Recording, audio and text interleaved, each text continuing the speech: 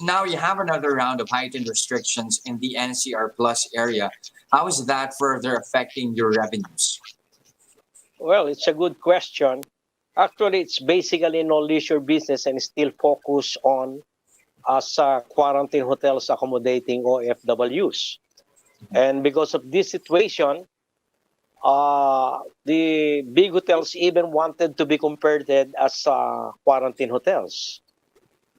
Yeah, Exactly. Go ahead, sir. yeah, and in fact, there's no such difference between the ECQ and MECQ. Actually, because of the restrictions are still there. Mm-hmm. Given that, sir, at least since the onset of the pandemic, how much of a drop in revenue has the sector had?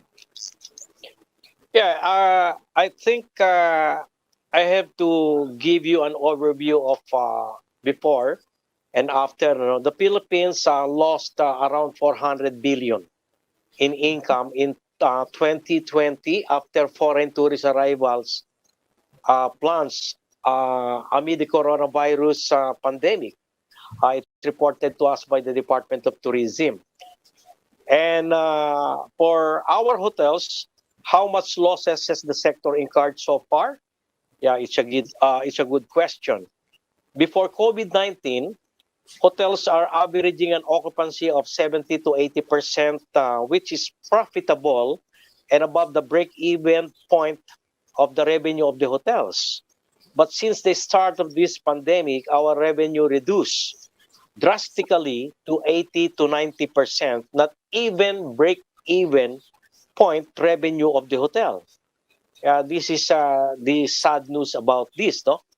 But the income from accommodating quarantine guests may just enough to pay the salaries of the essential workers attending to the quarantine guests of the hotel and on paying the utilities of the hotel as well.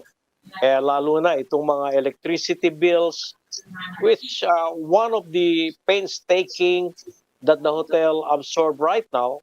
Siguro I just want to take this opportunity to call the attention of the regulatory board of the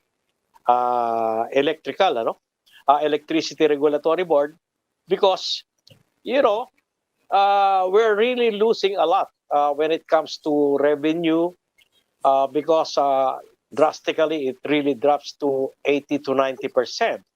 However, isa pa sa nakakadagdag na masakit sa amin ay itong electricity bill because they are charging us on the minimum standard, which actually, let's say, for example, you have to pay at least 1,000 pesos, but their minimum standard is just I mean to say you just only have to pay 500 pesos, but the minimum standard is 1,000. So they will still have to charge you 1,000, something like that. I think we need to at least address this issue. No, if the electricity regulatory board would be able to address this issue, this will be a good help for the hotel industry.